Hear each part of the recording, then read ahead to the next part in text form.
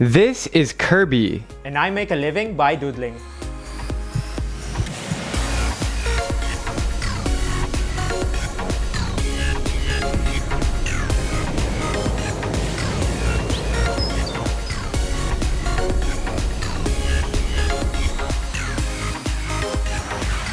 Welcome to my studio slash apartment, and this is where all the magic happens. So these are my collections.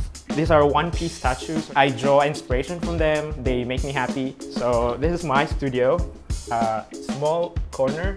This is where I create my projects and stuff. Kerby grew up in a small town in the Philippines called Oas in Albay, the same place that Diana comes from. They are actually college friends. Dana was my classmate. Actually, he's one of the smartest one in the class.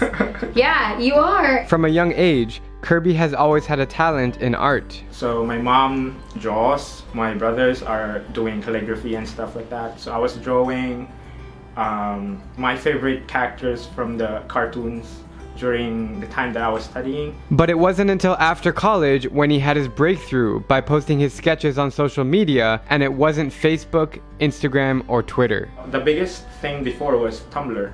So I started sharing it on Tumblr, and then people are kind of like the work I do, and then I get like private commissions, and then I said, okay, this could work. I mean, I could do this professionally. So the trend was like this in 2013, so like animals and then like doodles. And at that point, I hit 10K on Facebook, 10,000 followers. And what are you at now?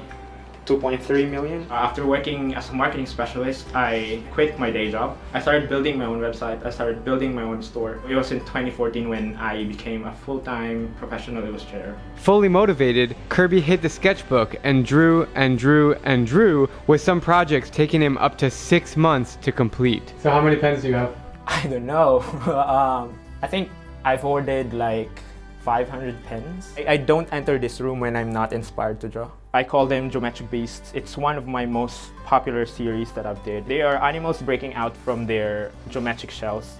The main explanation of this is that we have to embrace our uniqueness. A lot of people have these tattooed on them. Today, you can find Kerby's sketches in bookstores all over the world. Yeah, I believe that my books were sold in like 40 countries and available in 30 plus language editions. A couple of those were best-selling coloring books. He has won numerous awards, traveled all around the globe to run workshops, and he collaborates with huge brands. Nike was one of the first big companies that I work with. I did something for Netflix, KFC. But the focus on this video is not about Kerby's artistic skills. It's about how he's made success coming from a small provincial town of 67,000 people in the Philippines. He didn't go to the top university in Manila or network with young professionals in the city business district, but he carved his way to success by leveraging social media, and then when people saw his jaw-dropping art, it was just word of mouth from then on. After spending just 2 hours in his studio, I can feel the passion that comes from his fingertips. I admire how he always remains incredibly humble, even when dollars start pouring in.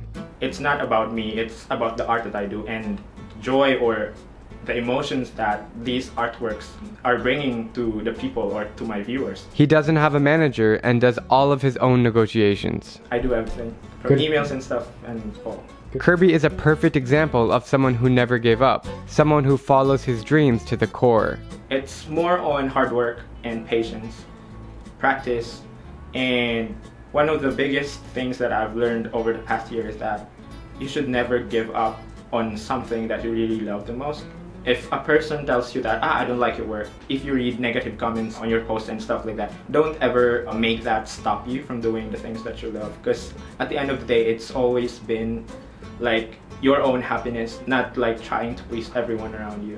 Whether you come from a tiny Filipino town or a big city like New York, if you have a burning passion and desire for anything, then things will eventually fall into place with hard work and patience. Hey Drew, thanks for telling my story, but right now, it's doodle time.